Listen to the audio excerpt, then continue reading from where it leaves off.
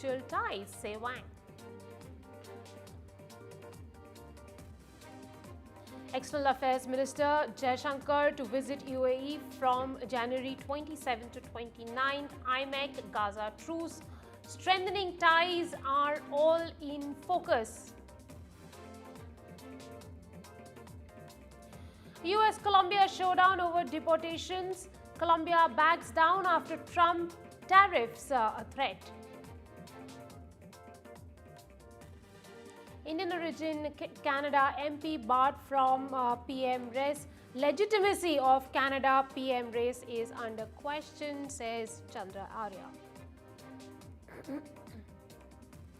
Ex-IMF Director Surjit Bhalla on India-US ties. Under Trump, he says that Trump's return is good for Indian investment.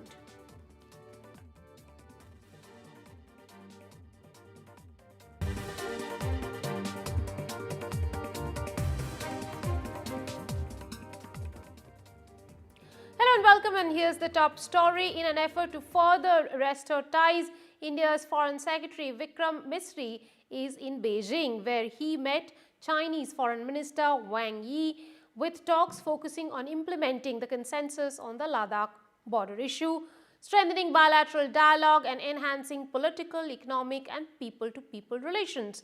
While the Chinese Foreign Ministry highlighted the alignment of bilateral ties with the interests of two nations, Misri acknowledged the progress made under the Kazan consensus and underlined India's commitment to resolving the differences and promoting practical cooperation. Chinese Foreign Minister Wang met Indian Foreign Secretary Vikram Misri in Beijing on Monday, an indication that China and India are restoring a mechanism to enhance dialogue and work on specific issues. The resumption of this bilateral mechanism flows from the agreement at the leadership level to discuss the next steps for India-China relations, including the political, economic and people-to-people domains. 当然是我们在龙年接待的最后一批客人。 You are the last delegation of foreign guests we are receiving, but I believe that they will signal a new beginning. Welcome again. I wish you success in your consultation. I believe that you and your counterpart will reach common understandings which will help recover and improve our bilateral ties. We are on our way to stabilizing the relationship. I cannot overemphasize the importance of communications between our two countries, and I would like to specifically record the contribution that you personally have made in maintaining these communications at various levels between our two leaderships. Wang Yi said that China and India should seize the opportunity to move towards each other and achieve mutual success, rather than be suspicious, alienate, and consume each other. Vikram Misri agreed that the two countries should properly manage and resolve differences and promote the restart of practical cooperation in various fields. He said that India is willing to celebrate the 75th anniversary of the establishment of diplomatic relations and to fully support China's work as the SCO chair.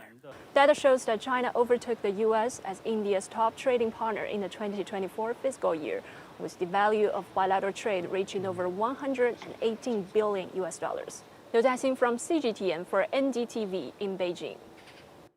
Well, that was a report from CGTN. We are joined at this hour from Beijing by Einar Tanjun, who's the chairman of Asia Narratives. It's a channel based out of Beijing. And we are also joined by Professor Avinash Godbole. He is a China expert. Well, I'll start my discussion with Mr. Tanjun. Given that both sides are, increasing talks and working on restoring trust, what do you think is the next phase in this relationship? Thank you for having me. I think putting this in perspective, you have two of the largest countries in the world who are neighbors. They have an unresolved border area, and they also, China's growth has in many ways been spreading into areas that were traditionally areas of influence by India.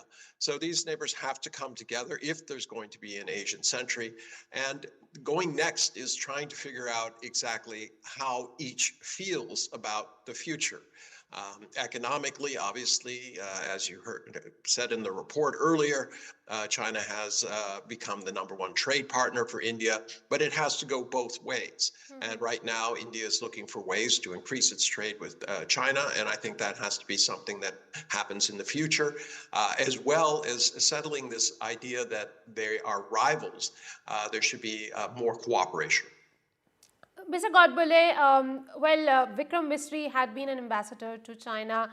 How easy would it be to have him do these negotiations? It will be difficult. Negotiating with Chinese is not easy, irrespective of where you have been. But the vocabulary of Chinese diplomacy, Mr. Misri would be perfectly familiar. I'm only curious about the timing of this event happening today, because this week is supposed to be a holiday week in China, given the New Year is around the corner. Everything else is shut. So this must be a very quickly planned meeting with some time horizon action there. But I understand it's not easy to negotiate with China at any stage. Now, if they had planned this well in advance, I think we are at the 12th week of the agreement on de-escalation. So they would have set certain guidelines on where we are supposed to have been. But to my knowledge, the de-induction of troops, as was expected, has not even begun as yet. So we have to see what signals and what statements we have from our government at the end of the day, or maybe by afternoon tomorrow, about what transpired exactly in Beijing. Mr. Tangent, would you like to remark on the timing of the event? Well, I think the elephant in the room is somebody named Donald Trump. Obviously, his moves to say he wants to take over the Panama Canal, Canada, and also Greenland, as well as, even today, his decision to play hardball with Colombia. I think this has had some repercussions. There is some feeling among China experts that India suspects that the U.S. interfered in the president and the prime minister elections, and that they had some hand in Bangladesh.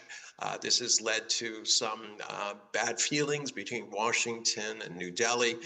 The fact that India has opened its ports to Russian shadow tankers and is the #1 buyer of oil, and has been supplying Russia with things that the U.S. sees as sensitive. I'm not saying that India is walking away from the U.S. relations, but I think it's making it clear that India is an independent country and will make its own decisions about who it deals with. Washington, of course, was very anxious to have India act as a doorstop to China. I think it's better for those two countries to work together rather than be a divide and conquer part of some sort of colonial past plan. Mr. Godbole, Trump will insist India to be more proactive inside Quad, giving it a more military bent. How will this impact ties with Beijing? Well, our ties with Beijing are already at a low. And if you saw the press release from the government of India, it had focused on 3 specific issues: economic, political, and people-to-people exchanges. So trade balance is an issue, and trade and investment, that barriers that India had put after the crisis in 2020, that would have been discussed. Second is the issue of resumption of bilateral flights. We don't have bilateral flights between India and China since 2020. It stopped during COVID, but the restoration never happened because of the bilateral border crisis being at the center of the relations. And the third is people-to-people relations, including the status of students, the status of social interaction of exchanges between think tanks and academia and industries. Visa issuance has been at all-time low. So I believe that is also kind of is to be restored. And the fourth point would be media. Accreditation of Indian media and Chinese media had been revoked after the 2020 crisis again, and on the reporting of COVID by some of the Indian media, and I'm sure that issue also would have been discussed. So yes, Trump will be a huge shadow, but it will take a Herculean effort to restore India-China relations trust. This is also supposed to be the year of the 75th anniversary of establishing diplomatic relations, and we'll have to see what outcome this highlights on this issue. Mr. Tangent, could China's largest dam project on the Brahmaputra threaten India's security and become another contentious point? Well, I'm glad you raised that. I mean, there are a couple of misconceptions. The amount of water that flows from China into that area, by the Indian government's estimate, was less than 7%. As we all know, that as warm air rises against cold mountains, it sheds all of its or most of its water. So, the water is really on the Indian side. India had planned in 2017 the Siang Upper Multi-Purpose Project Reservoir, which is a dam, India's largest water electricity project. China in 2021 responded with a dam on its side of the border. The real issue, though, is that they have to work together in terms of sharing information, because this has a huge impact on Bangladesh. They get 65% of their water from this waterway, and the silt that washes downstream is an important nutrient for all the farms that are in that delta region. Right, thank you very much, Mr. Tangent and Mr. Godbole, for joining me on the broadcast this evening. With that, time for a very tiny break on the show. More on the other side. Stay tuned.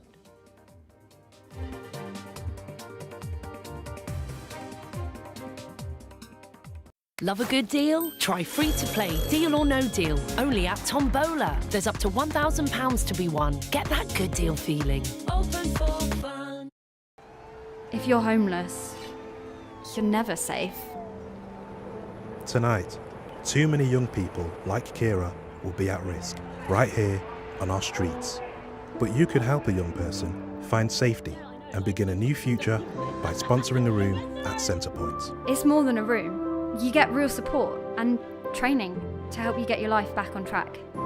Please search Centrepoint Room online today or call 0808 281 8001 and be the turning point for a young person like Kira. Thank you. Protect what matters to you with Simply Safe Home Security. Get our Which Best Buy rated starter pack from under £200. There's no safe like Simply Safe.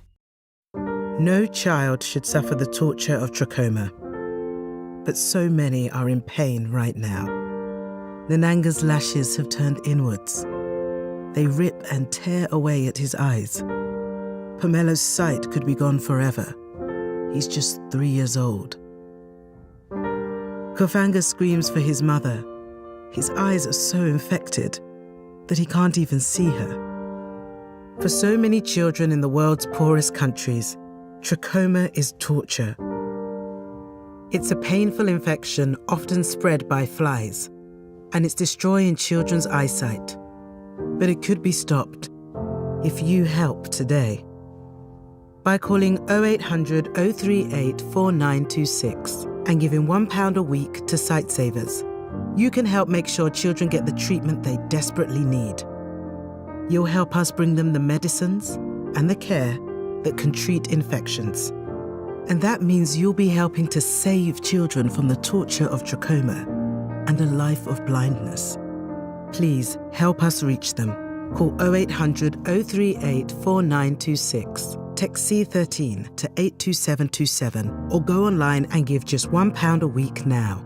Because we need you to help save the sight of children like Nananga. We need you to help save them from the torture of trachoma. Our first year as a family flew by, and now I want to make sure he'll be financially protected for all his birthdays to come. That's why I'm calling Smart Insurance. Just like families, not all life insurance is the same. That's why we offer the Smart Family Guarantee. We guarantee a straightforward application process, award-winning service you can trust, and cover from day one. Plus, you get your choice of a £125 gift card. To get a free quote today, call our specialist UK team or visit smartinsurance.co.uk.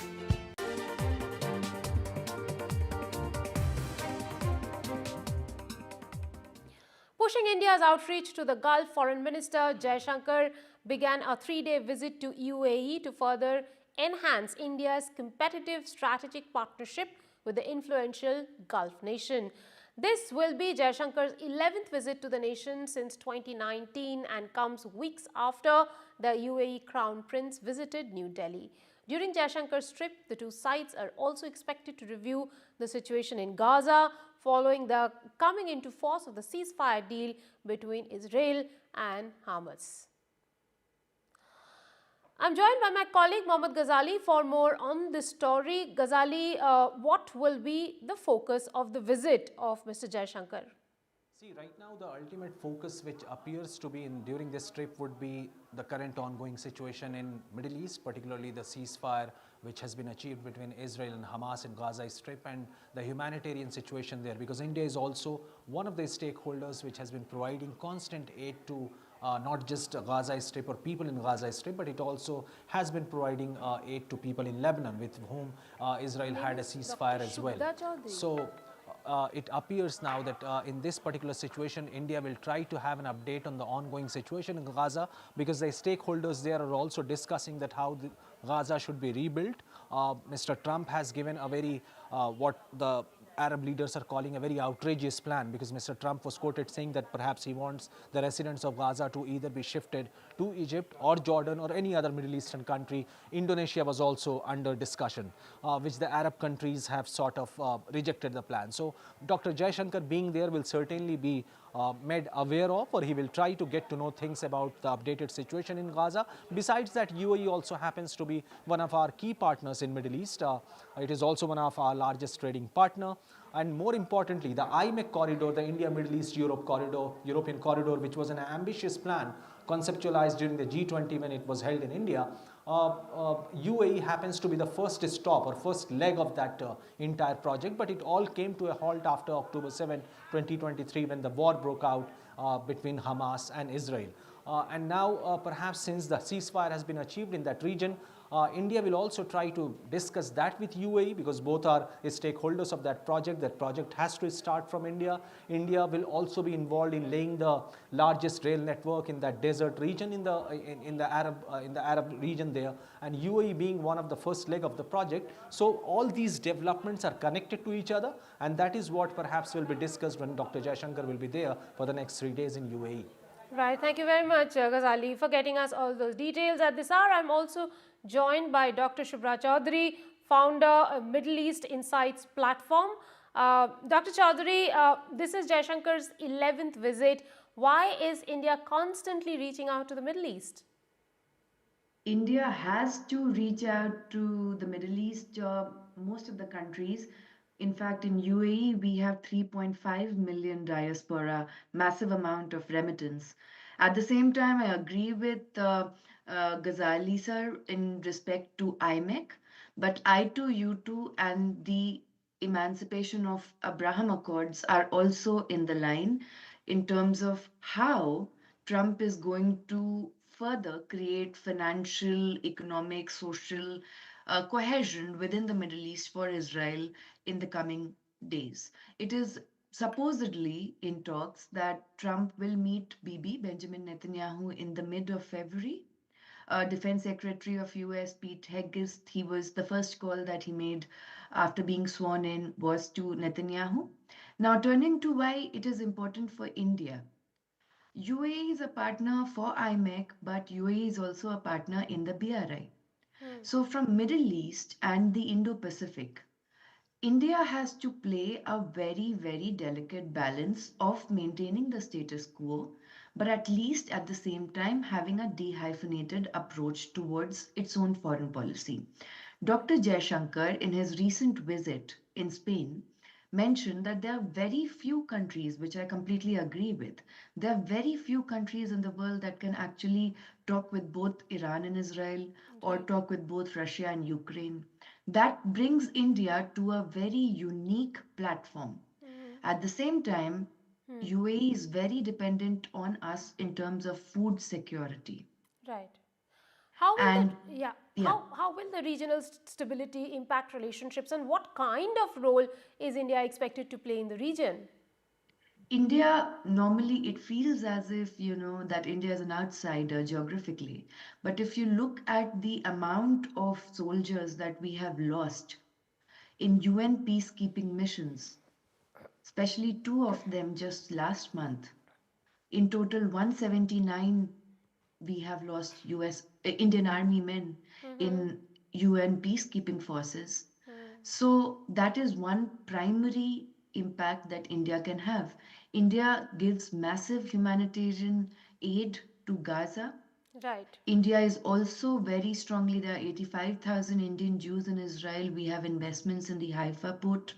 So this makes India at a very, very peculiar place, which China doesn't have as of now.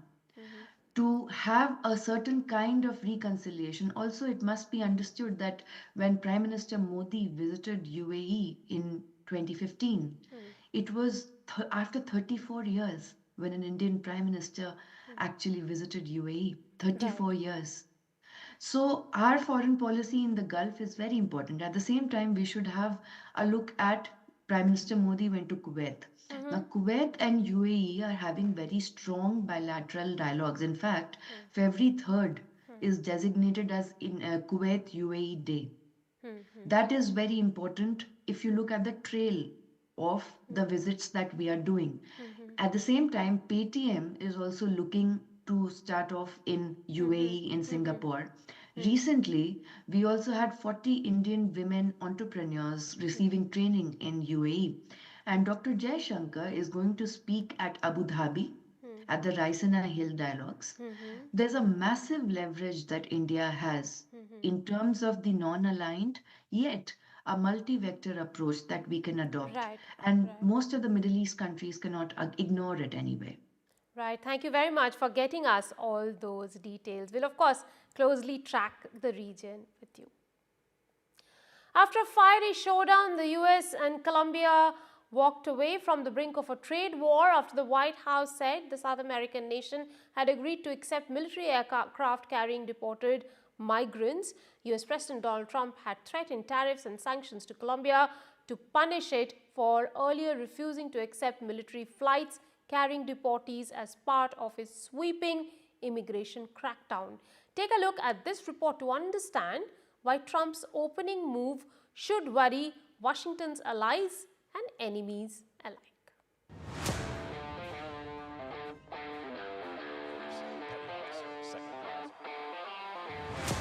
The golden age of America begins right now. Less than a week back in the White House, and US President Donald Trump has already taken on his first trade war with an unlikely suspect, Colombia, one of Washington's close allies. In a forceful move, President Donald Trump threatened the South American nation with tariffs and visa sanctions after Colombian President Gustavo Petro barred two US military deportation flights from landing in the country. In a post on Truth Social, President Donald Trump announced that President Gustavo had denied two flights with who he called illegal criminals to land in Colombia, jeopardizing US national security. As punishment, Trump vowed swift and punishing retaliation, imposing tariffs on all Colombian goods and more. The US president cracked down against Colombia, ordering a 25% tariff that would be raised to 50% after 1 week on all goods coming into the US from Colombia. He also announced a travel ban and immediate visa revocation for Colombian government officials and their allies, visa sanctions on Colombian authorities and their relatives, and enhanced customs inspection on travelers and cargo from Colombia. Hitting back at Trump's aggressive measure, President Petro sought to hit back, saying US cannot treat Colombian migrants as criminals, and threatened to impose his own tariffs on US products. However, the fiery face-off was short-lived. By the end of a volatile Sunday, the Colombian leader had backed down, agreeing to accept the deported migrants. Comunicado oficial.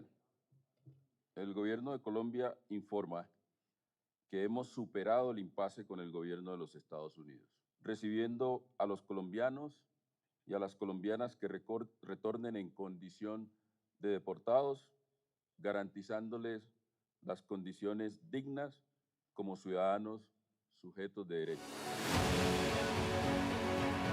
While US and Colombia have now pulled back from the brink of a trade war, with the White House saying it will not go ahead with tariffs on Colombia, the move serves as a warning.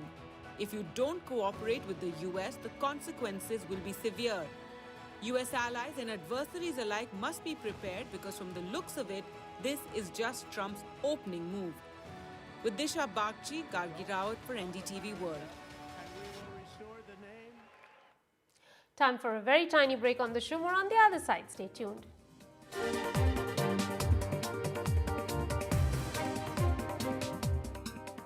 Because your brain really matters. Quidco gives you cashback every time you shop on over 5,000 brands. It always pays to Quidco. Sign up and start saving today. Visit quidco.com. Hi, it's Phoebe from Auto Trader's monthly electric car giveaway, and we're pleased to say that you've won a brand new electric car. It's a dream, honestly, it really is a dream. Oh my god. Me and my boyfriend talk about the Auto Trader competition every single month. I was waiting for the know you ever won. At Tesco Mobile, unlock even better phone deals with your Club Card. Get our 30 gig SIM for just £12.50 a month with Club Card prices, saving you £30. Better yet, your Club Card lets you unlock more than just great deals, like frozen prices and no EU roaming fees until the end of your contract. It pays to be connected. Search Tesco Mobile. Every little helps. I've been thinking, I want to plan my funeral so it feels more like a celebration. My parents always said I was born dancing. I just love it. Bhangra, disco, even line dancing. So when my time comes, I want to have music, dancing, the lot. With over 150 years experience, you can count on Co-op Funeral Care to help you pre-plan the funeral you want. To find out more, visit Co-op Funeral Care or give us a call.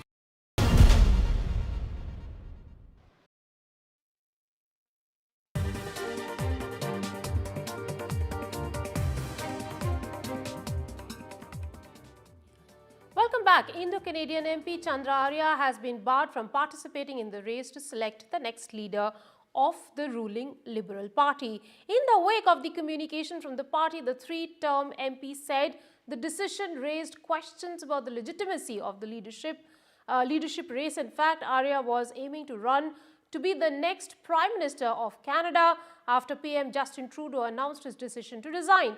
The Liberal MP had promised to lead a small, more efficient government to rebuild the nation and secure prosperity for the future generations. Arya, who was the first to announce his candidacy to replace Prime Minister Trudeau, said he is waiting on official communication from the Liberals and is considering his next steps. Former Finance Minister Chrystia Freeland and former Bank of Canada Governor Mark Carney are widely seen as the frontrunners. Meanwhile, former Indo-Canadian MP Ruby Dhalla has announced that she will participate in the leadership race of the ruling Liberal Party to succeed Prime Minister Justin Trudeau. Well, let me go over to my guests to discuss this at this hour. I will be joined on the show by Terry Milewski, who is a retired senior correspondent with CBC. We'll also be joined by Tara Karta in a bit. But let me go over to Mr. Milewski. Sir, you know, the fact that Chandra Arya has said that it casts aspersions on the legitimacy of the race. What do you have to say on that? Well, he's... in a way, this is a rather unfair way to do it, to kick him out of the race without giving reasons. But I assume that during the course of the day, it's still early morning here in Ottawa, that those reasons will be communicated by the party. At least they'd better be, otherwise they'll look pretty silly. The problem, of course, as everyone has known from the start with Mr. Arya's campaign, and I speak as one of his constituents, he's my MP here in Ottawa, is that he doesn't speak French, not at all. And that is an essential element for anyone running, for any party leadership in Canada. People were very surprised that he ran. Not only did he run without speaking French at all, but he went on the CBC and said that he didn't think that that was important to people in Quebec. Well, that's nonsense, of course. The Quebecers have been fighting to maintain their language as one of Canada's 2 official languages for decades now, and they have succeeded in establishing that nobody's going to run and win if they don't speak French. So he could only have hogged airtime, taken time away from more prominent candidates that the party is trying to promote as a potential prime minister, a winner in the next election, some way of pulling the fat out of the fire and getting the Liberals back on track to get re-elected, but they didn't want airtime and attention being bled away from the leading candidates by somebody who didn't even speak French. I think it's as simple as that. Well, there are lots of reports that he's been pulled out due to public statements and past improper conduct. Would you say not speaking French and then, going to television channels and other media platforms and claiming that he isn't fluent with French is something that will be considered as improper conduct by the party? Well, yes, I think the party considers it to be disqualifying. I mean, you can't just write off, more than 70 parliamentary seats in Quebec, and this would be his candidacy if he were to win. The Liberal leadership would be regarded, I think, as a bit of a joke in Quebec, notwithstanding the fact that Mr. Arya is a serious person, and he has also rubbed some people up the wrong way because, as you know, all the Canadian political parties have been playing nice, shall we say, with Khalistani elements which are prominent in Canada, and Arya is an exception who has stood up foursquare against them. So he has made some friends among the Indo-Canadian community, but not with the Khalistani minority. And so I think that because he stirred up trouble on that score, he has clashed, for example, with another fellow Liberal backbench MP, Suk Dhaliwal, who is at present peddling an absurd petition trying to get Parliament to blame India for blowing up Air India Flight 182 in 1985, the Kanishka bombing. Right. And Chandra Arya would have none of it. He stood up against that. And so I think he's antagonized some people in the party who want to keep the alliance with the Khalistanis going and don't want to talk about it too much. Mark, Carney has received public support from 52 Liberal MPs compared to 26 for Chrystia Freeland. Do you think he is in a pole position right now? Yes, I think that you can tell from that. It's a very new race. It's being run on a very accelerated schedule. And for people to be flocking to his side suggests that he's going to run away with this and that Chrystia Freeland is simply considered to be too close to Trudeau. If this is to be a change election, which is what most people say, the pollsters all say that the voters want it, they're looking for change. They don't want somebody who has been so closely allied with Justin Trudeau, notwithstanding that Chrystia Freeland has been saying that she's new and she's different and she's going to lead the change. Well, she's been joined at the hip to Trudeau ever since the Liberals were elected in 2015. She's been the Minister of Everything. She's been his Deputy Prime Minister, his Foreign Minister, Finance Minister, you name it. She's been the Minister of Everything and a very valued member of the government, always seen at Trudeau's right hand.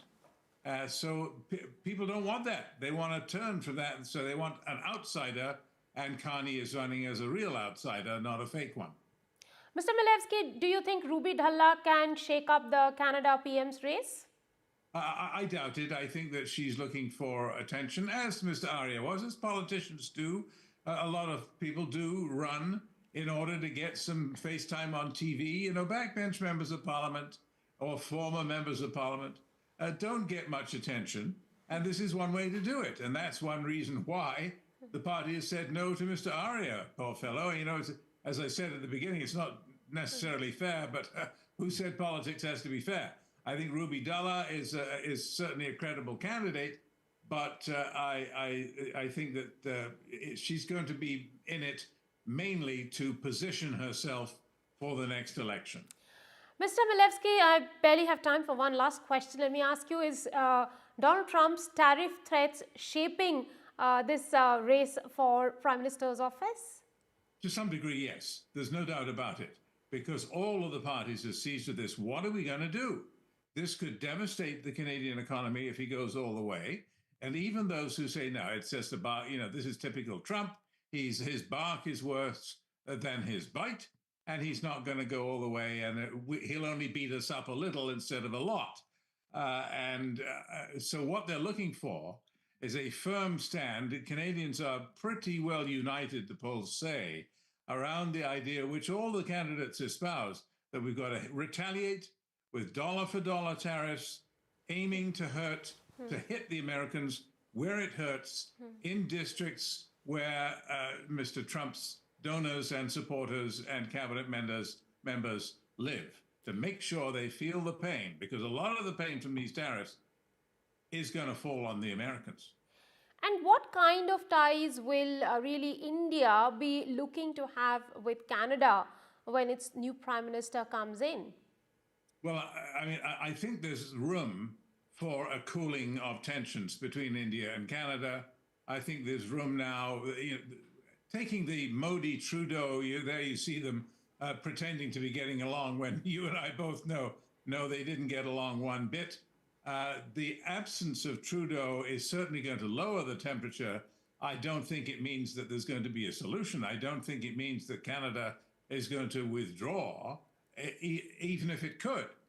The police allegations, and they are allegations by Canada's federal police force, the Royal Canadian Mounted Police, not by politicians. They're not politically engineered. The charges that the Modi government was involved in the murder of a Canadian citizen, Hardeep Singh Nijjar, in 23.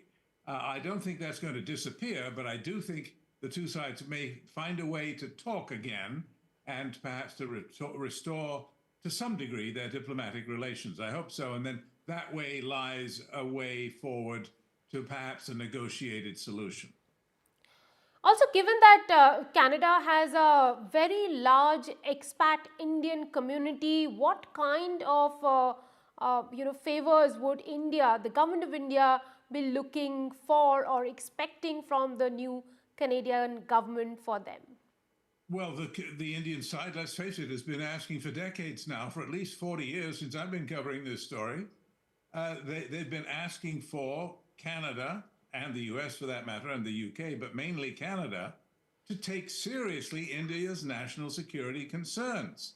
They repeatedly put forward, the Indians that is, they repeatedly put forward, we want the return of these people, a long named list of what they allege are Khalistani terrorists, as India designates them as terrorists, and Canada routinely refuses on the grounds that the evidence is insufficient, and that what Canada calls a terrorist is somebody exercising their free speech and not doing any violence in the Canadian view. So they're going to have to reach an accommodation on that. Canada's going to have to give something in order to get in the door with the Indians, but I think the Indians also will, look, they have so many thousands Indian students, for example, who want to study in Canada and are having trouble with visas and all of that kind of thing. Both sides will want to have a cooling of tensions and a rapprochement, even though it may be difficult to negotiate, it won't be impossible. Mr. Milevsky, there being a lot of confusion over the H-1B visa right now, do you think that will also help Canada to attract a large number of Indians, a huge Indian traffic towards their country? It's a good question. It won't hurt, will it? It seems to me obvious that Indian students, shall we say, are voting with their feet. They want to take advantage of the comparatively lower education costs and the relatively good quality of the education that they can get and the qualifications that they can come away with in Canada.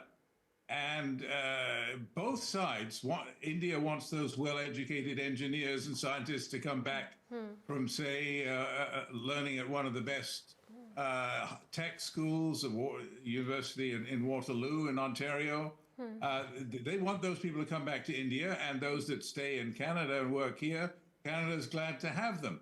So it's a talent stream for both countries that should be made healthy again, instead of having obstacles and delays because of this diplomatic spat. That's why I think both sides, or one reason anyway, why both sides I think will want to sweep away these obstacles. It won't be fast and it won't be easy, but I think it has to happen. Jerry Milevsky, thank you very much for joining us on the broadcast this evening and sharing your views. Time for a very tiny break on the show. There's more on the other side. Don't go away.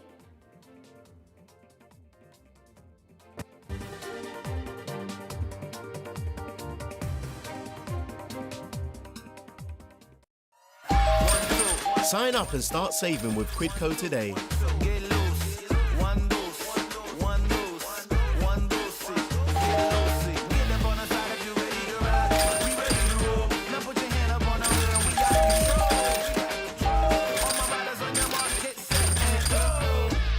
Get cashback every time you shop on over 5,000 brands. It always pays to Quidco. Please, can you send someone out? The poor thing is so skinny, I don't think he can walk. Oh, the poor thing. This is awful. Okay, let me take an address. Today, the RSPCA will answer over 2,000 calls about animal cruelty and neglect. It's just completely unacceptable, isn't it, mate? Today, we will need to take over 100 animals into our care. Today, we urgently need your help to save them. Please call 0800 121 4228. Every minute of every day, animals are suffering heartbreaking cruelty and neglect. Every day, our team works tirelessly to save them. A gift of just £2 a month will help us do even more. Answer more calls, rescue more innocent animals, and provide more life-saving treatments. But today, animals are suffering terrible abuse and neglect. Help us save them. He's just been left tied up, I think. Poor thing's got no hair on him. He's in a terrible state. Today, please call 0800 121 4228 or text TODAY to 82727 and give £2 a month. That's 0800 121 4228. Thank you. Add light and a touch of style to your home with Luma Lantern from JML. The light and motion-activated solar-powered lantern light. Just peel and stick for easy installation. The built-in solar panel charges it during the day and it automatically switches on at night, then turns off when it's light. Choose from 3 different brightness settings for the perfect hassle-free lighting this winter with Luma Lantern. Only $14.99 from Asda, Argos, Morrisons, Tesco and jmldirect.com. I've been thinking, I want to plan my funeral so it feels more like a celebration. My parents always said I was born dancing. I just love it. Bhangra, disco, even line dancing. So when my time comes, I want to have music, dancing, the lot. With over 150 years' experience, you can count on Co-op Funeral Care to help you pre-plan the funeral you want. To find out more, visit Co-op Funeral Care or give us a call.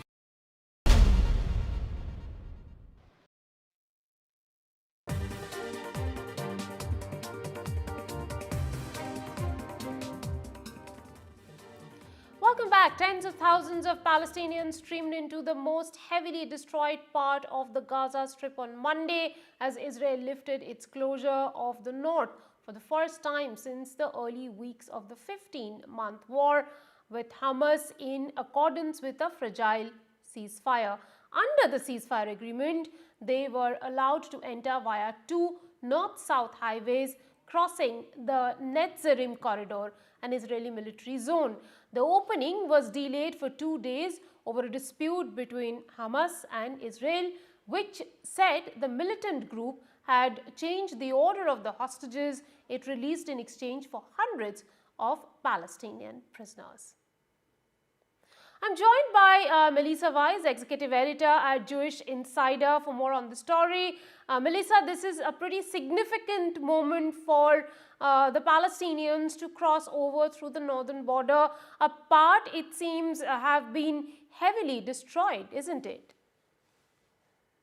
Yeah, which is, essentially what happens when a group such as Hamas has been given 15 years to build a really developed infrastructure in which homes and hospitals and schools and UN facilities have all been turned into to military installations. And so the people of North Gaza are returning to an area that will have to be rebuilt, likely with the support from a number of Arab countries that are likely to pledge support for the rebuilding of Gaza in an eventual day after scenario.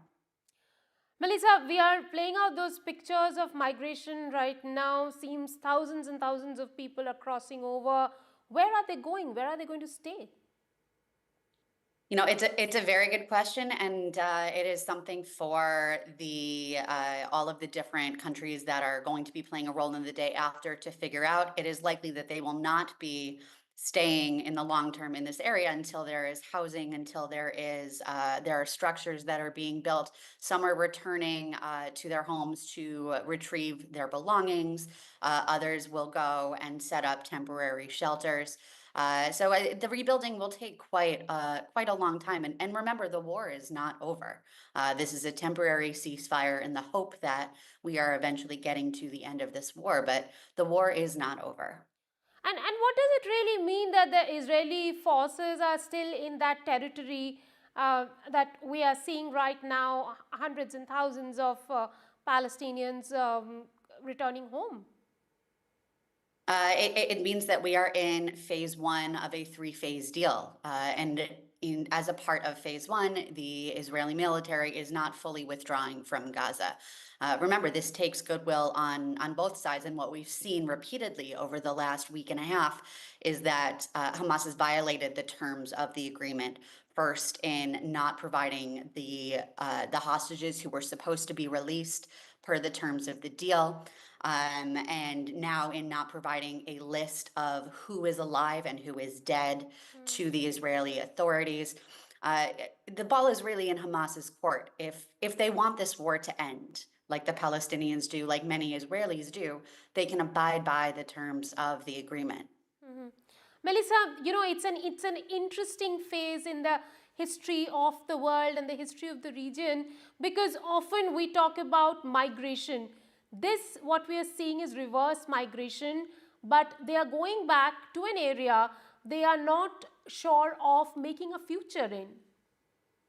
Listen, I think Israelis and Palestinians alike would love nothing more than to see Gaza be as booming economically and socially as we are here, just miles away.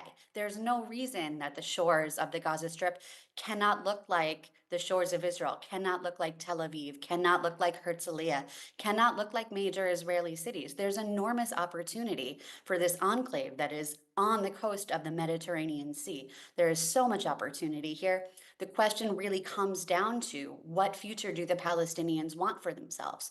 And when you think about it that way, Hamas, which is still the government in Gaza, continues to pledge to wage war against Israel. And I think that as long as you have a government that is committed to waging war against a neighbor, then Palestinians aren't going to be able to reap the benefits of this beautiful land and to build on it and to be prosperous. And so it's really a question of what the Palestinians want for their future. And if they want a future that is economically booming, if they want a beautiful coastline, if they want tourism, if they want their children to thrive, there's a really easy way of going about that, and that is moving beyond a government that is controlled by a group that does not want those things. Melissa Weiss, thank you very much for getting us those wise words on the television, and what we are showing our viewers at this hour are those pictures of Palestinians going back home in a day and age when we constantly talk about migration. Migration is one of the headlines of a regular news bulletin. These are the pictures of reverse migration. Speaking at the Indian High Commission in Dhaka, Indian envoy to Bangladesh, Pranay Verma, said both nations are important stakeholders in peace and development of Bay of Bengal, saying that India's partnership with Bangladesh must benefit people on both sides. The envoy's comments come as Dhaka continues to pressure India to extradite former PM Sheikh Hasina to face trial in Bangladesh, and is now also probing Hasina's daughter Saima Wazid, pushing for her removal from WHO. Listen into what Pranay Verma had to say. Bangladesh has been an important partner for us, joined by shared history and geography, linked by common language, culture and traditions, and connected emotionally by the shared sacrifices of the Liberation War. As a neighbor to whom we take a long-term view of our relations, our ties with Bangladesh derive strength from our belief that our peace, security, progress and prosperity are interlinked.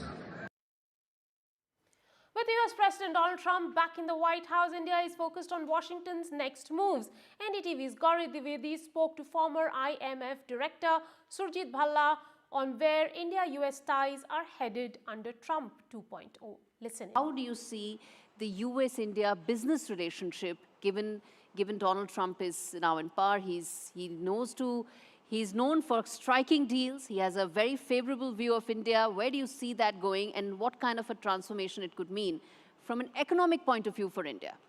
I think I have commented on this before, and I think it can only be good for India. Let me explain why Trump will be good for much of the reasons that you've said.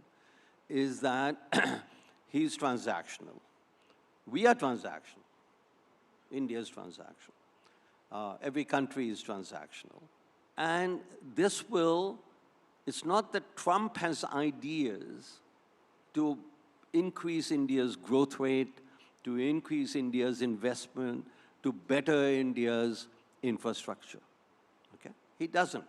But, you know, there's an old line, the fault, dear Brutus, is not in our stars, but in ourselves. And that's where, because of that pressure, we will be able to do the right thing. And the right thing is not unknown. It is, you've got to open up investment. Okay, so already, you must have seen in the news this morning, he put on a 25% tariff on Colombia. Yeah. And then reached a deal with them. So that no longer is going to be the case. Because they reached a deal on illegal immigrants. Illegal immigrants. Yes. And we've already reached a deal with them on illegal immigrants. But I think the India issue will have to do a little bit more than agreeing on illegal immigrants. Remember that 2019, when Trump was there, our trade deals got distorted because, or didn't happen with the US, because of tariffs on Harley Davidson. Yeah. We refused. कि भाई हम भी motorcycle बना सकते हैं. ठीक है भाई, बनाओ. So I think that's where. Do you think this time around a free trade agreement will be signed? I think, look, I hate to think, I can't, so that's why I'm very optimistic for what will happen on February 1st. That it will be a budget with a difference, not business as usual. What would be your wish list for the budget this time? Because you feel it's really going to be a transformative one. First, change our FDI policy. I'm not giving it in any order, but since you wanted, since we just finished talking about that. Second, cut personal income tax rates. Third, there was a story, as we were discussing, in a major international bank has said that India needs to cut corporate taxes. So, now think about it. Who will the cut in corporate taxes benefit? Not you, not me, not anybody in the audience, but corporates. They are the last people who need a tax cut. We, the people, need a tax cut. So I don't know, this is the operation of the Babu Industrial Complex already at work. That they're saying, honestly, I've not heard anybody except this morning talk about a corporate tax cut. We had that in 2019. It was hugely successful. And now we need a cut in personal income taxes. So FDI and a cut in personal income taxes would be my two major recommendations. Well, with that, a wrap on this bulletin. Thank you for watching.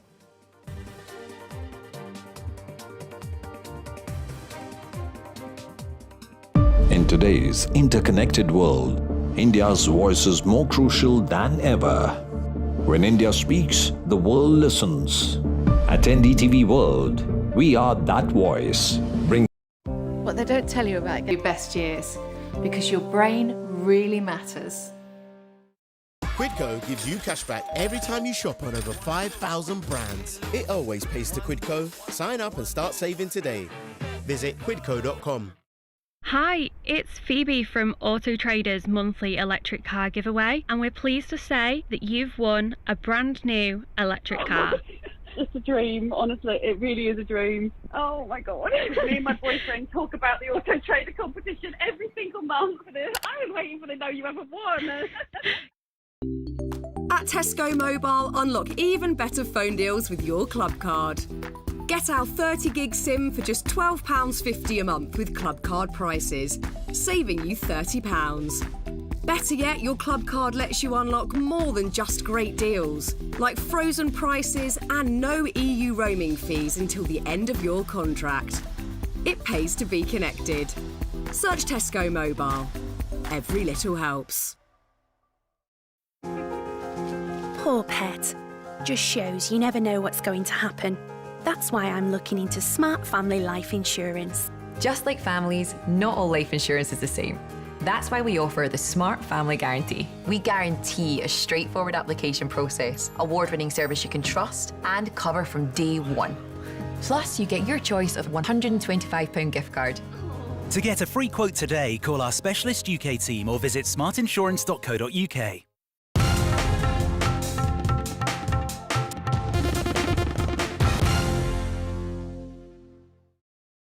The Muda case reserves orders on plea seeking shifting of the case to the CBI.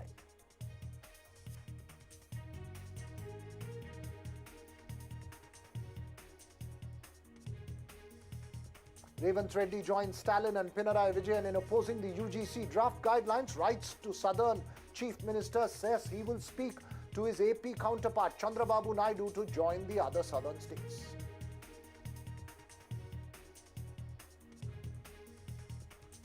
The Joint Parliamentary Committee approves the Waqf Amendment Bill on Monday with 14 amendments to the original draft.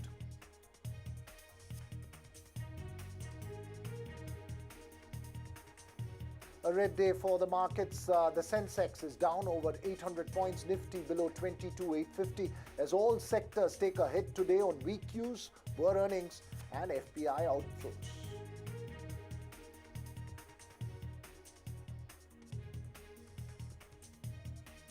Well, first up this evening, the political and legal action in the Mysuru Urban Development Authority land allotment case involving Chief Minister Siddaramaiah in Karnataka seems to be getting only more intense by the day. The Karnataka High Court has stayed the Enforcement Directorate summons in the case to Chief Minister's wife BM Parvati and the state's Urban Development Minister Bhairathi Suresh. The ED, which is parallelly investigating the case that's already being investigated by the Karnataka Lokayukta, had sent summons to Siddaramaiah's wife BM Parvati and the state's Urban Development Minister Bhairathi Suresh to appear before it in Bengaluru tomorrow. Following this, both of them moved the Karnataka High Court. Earlier, the Karnataka High Court reserved its orders on a petition asking for a case to be handed over to the CBI. Remember, the case is being probed by the Karnataka Lokayukta, which has also submitted a status report to the High Court this morning.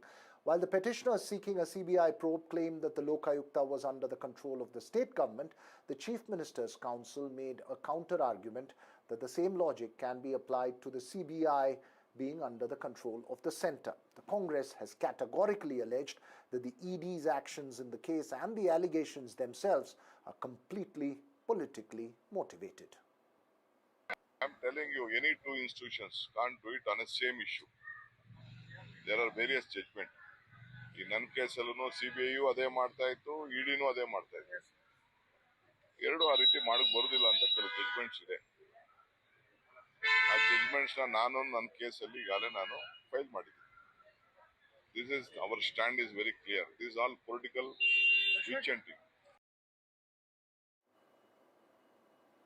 Well, so what's the political fallout as the Muda case gets more intense?